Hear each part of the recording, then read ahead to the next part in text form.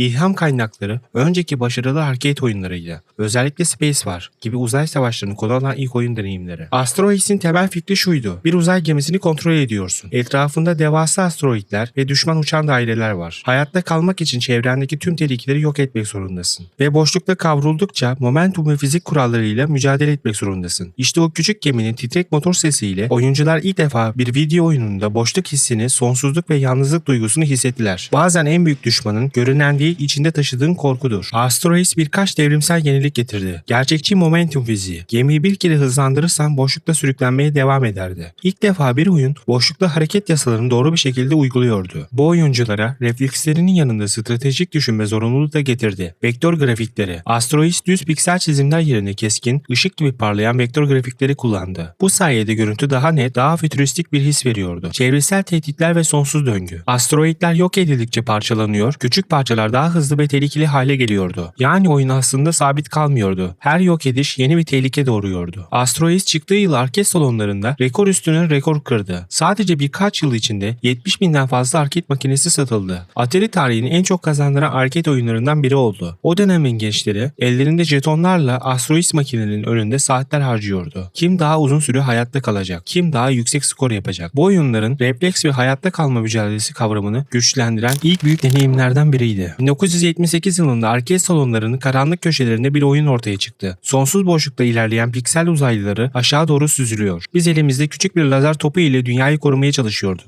Ve işte o anda bir ekranın arkasında insanlık ilk dijital istilasını deneyimledi. Bu oyunun adı Space Invaders. Japon tasarımcı Tomohiro Nishikado bir oyun geliştirmek istiyordu. Oyuncuyu sadece reflekslerle değil, baskıyla ve korkuya maruz bırakacak bir deneyim yaratmak istiyordu. Başta düşmanları insan figürleri yapmayı düşündü. Fakat teknik sınırlamalar ve kültürel hassasiyetler nedeniyle onları uzaylılara dönüştürdü. Böylece insanlık ilk kez bir ekranda korkuyla zamanla yarışarak sonsuz tehditlerle yüzleşmeye başladı. Gerçek korku karanlıkta bir yaratık görmek değil, onun sana doğru geldiğini bilmektir. Space Invaders sadece bir oyun değildi, bir devrimin başlangıcıydı. Zaman baskısı. Düşmanlar yavaş yavaş aşağı inerken oyuncular giderek daralan bir alanda hayatta kalmaya çalışıyordu. Müzikle gerilim. Düşmanlar yaklaştıkça oyunun müziği hızlanıyor, kalp atışları adeta gerçek zamanlı bir tansiyon ölçer gibi yükseliyordu. Yüksek skor rekabeti. Oyunda amaç sadece hayatta kalmak değil, en yüksek skoru yaparak adını zirveye yazdırmaktı. İlk defa kişisel başarı kavramı oyun deneyiminin merkezine oturtmuştu.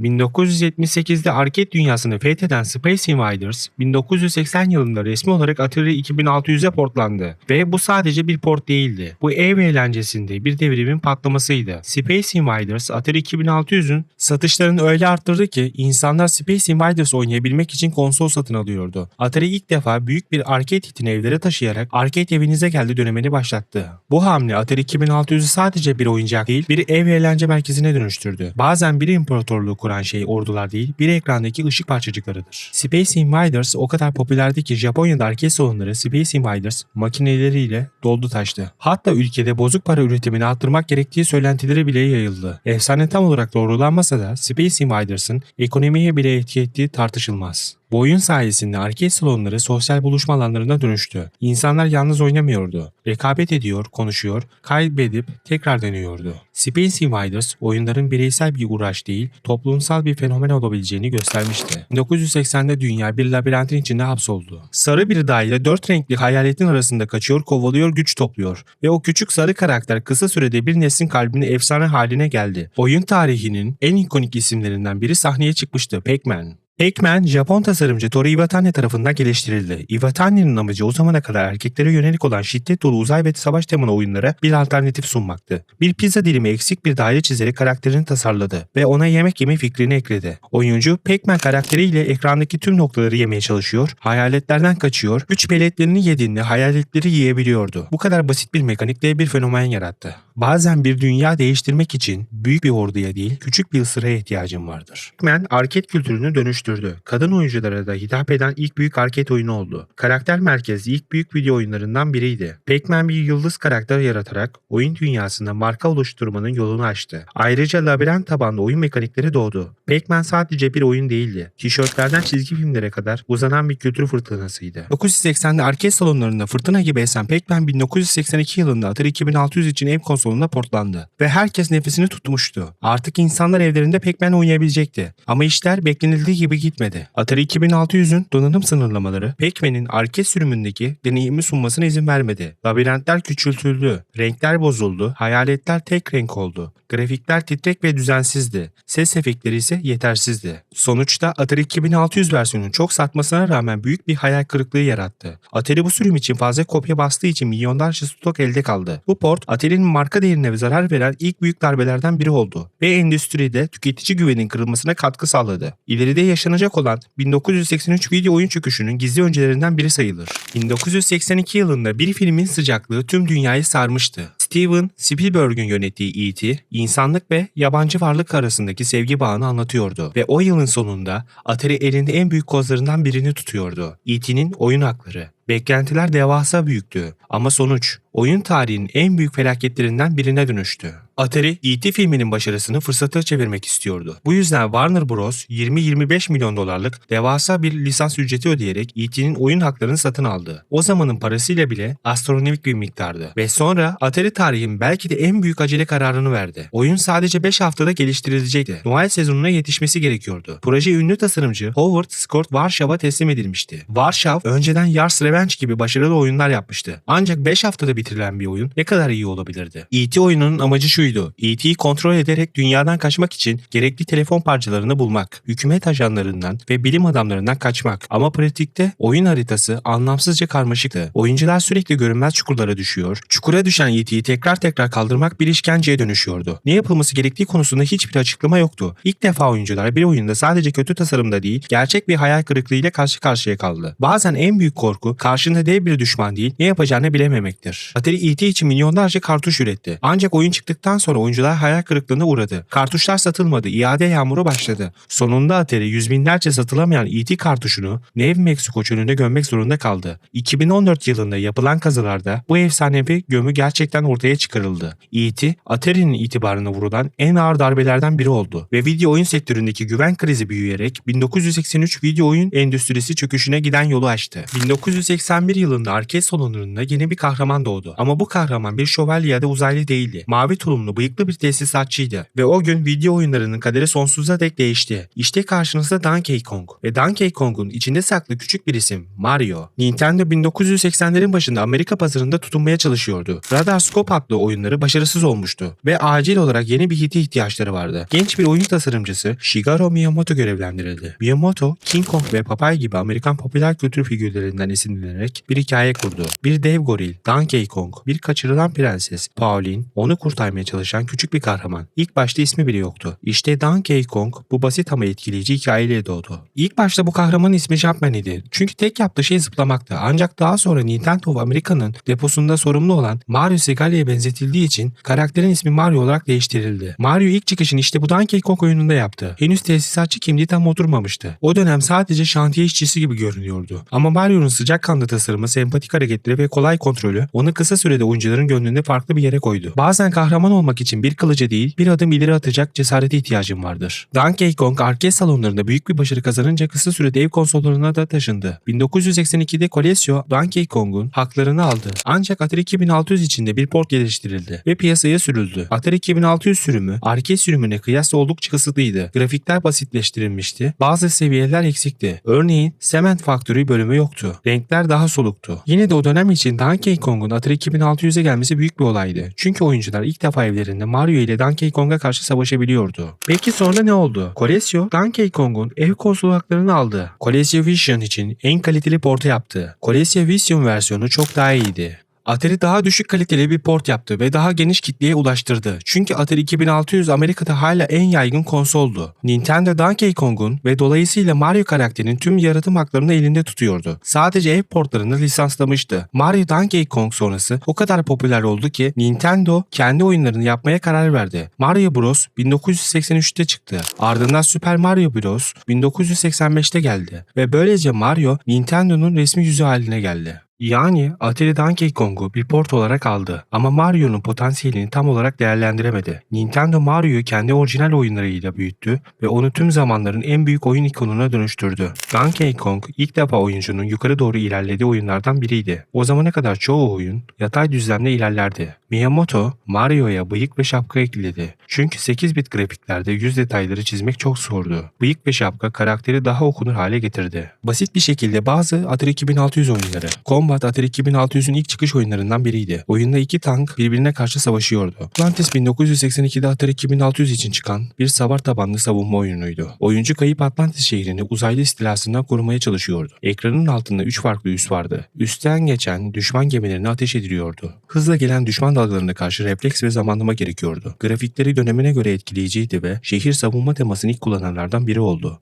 İlginç bilgi, Atlantis sonunda ister istemez şehir yok oluyordu. Yani kazanmak imkansızdı. Bu da oyuncuya zamanla yarışma stresi yaratıyordu. Riddle of the Sphinx. Oyuncu bir prensi kontrol ediyordu. Antik Mısır çöllerinde ilerliyor, hazine topluyor, tanrılara adaklar sunuyor ve kehanetleri çözmeye çalışıyordu. Yani sadece koş ve vur değil, görev tabanlı, keşfe dayalı bir oynanışı vardı. Bu yönüyle erken dönem RPG oyunlarının Atari 2600'deki ilk adımlarından biri sayılır. Kung Fu Master aslında orijinalde bir arcade oyunuydu. 1984. Atari 2600 için ise çok daha sonra 1987 yılında bir portu yapıldı. Yani ilk çıkışı arcade makinesineydi. Ancak evet, Atari 2600 versiyonu da mevcut. Dövüş oyunlarının atası sayılır. Soldan sağa ilerliyor, düşmanları yumruk ve tekme atarak indiriyordun. Kung Fu Master, beat'em up türünün Atari 2600'deki ilk örneklerinden biriydi. Bir dönemin çocukları için Atari sadece bir marka adı değildi. O bir neslin hayallerine taktığı isimdi. Öyle bir zamandı ki evlere gelen her kasetli konsol, her oyun makinesi, her joystick Atari olarak anılıyordu. İster gerçek Atari 2600 olsun, ister Nintendo'nun bir klonu. Halkın dilinde hepsi Atari olmuştu. Çünkü Atari sadece bir cihaz değil, bir duygu yaratmıştı. O ekranın başında geçirilen saatler, tank savaşları, uzaylı istilaları, kayıp Atlantis şehirleri. Hepsi Atari'nin açtığı o kapıdan içeri girdiğimiz dünyalardı. Atari'nin başarısı bir markayı ürünün ötesine taşıdı. Atari bir jenerasyonun teknolojiyle kurduğu ilk dostluktu. 1977'de Atari 2600 ile başlayan ev konsolu devrimi, Pong'un salonlardaki devrimi, Space Invaders ve Pac-Man gibi oyunlarla gelen kültürel fırtına, Donkey Kong ve Mario gibi karakterlerin doğduğu dönemler, bütün bunlar Atari'nin attığı ilk adımların doğrudan sonuçlarıydı. Evet, Atari sonunda tökezledi. E.T. faciası, kalite kaybı, video oyun çöküşü gibi felaketler yaşandı. Ama bu düşüş bile onun bıraktığı izleri silemedi. Çünkü Atari bir üründen ibaret değildi. Bir çağın, bir hayalin ve bir çocuğun ilk dijital macerasının adıdır. Bugün birçoğumuzun evinde bir konsol varsa, bugün oyunlar milyon dolarlık bir endüstri olmuşsa, bugün hala bir joystick gördüğümüzde gülümsüyorsak, bilin ki o tohum ilk defa Atari adıyla ekildi. Gerçek öncüler unutulsalar bile attıkları adımlarla dünyanın yönünü değiştirirler. Ve Atari video oyunlarının ilk büyük öncüsüydü. Ve belki de şimdi bu hikayenin sonunda seninle birlikte aynı şeyi hissediyoruz. O küçük odalarda televizyonun başında geçirilen o saatlere, başka hiçbir şey değişmeyeceğimiz o küçük büyük zaferlere, bir kasetin, bir joystick'in, bir ekrandaki pikselin bile koca bir dünyaya açılan kapı olduğunu. Evet, belki o konsollar artık eski. Belki grafikler bugünküler kadar parlamıyor. Ama o anılar, o ilk heyecan, o ilk zafer çığlıkları, işte onlar asla eskimedi. Bu hikaye sadece Atari'nin değil, bu hikaye senin, benim, hepimizin hikayesi. Ve bir şey kesin, ne kadar büyürsek büyüyelim, bir yerde hep küçük çocuklar olarak kalacağız. Ellerimizde bir joystick, gözlerimizde bir galaksi, kalbimizde Atari'nin yaktığı o ilk kıvılcımla.